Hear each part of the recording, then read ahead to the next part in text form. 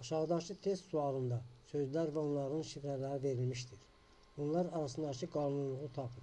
Top, tok, mod, hop, kop. 723, 526, 423, 124, 123. Tok sözü hansı şifrəyə uyğun gəlir?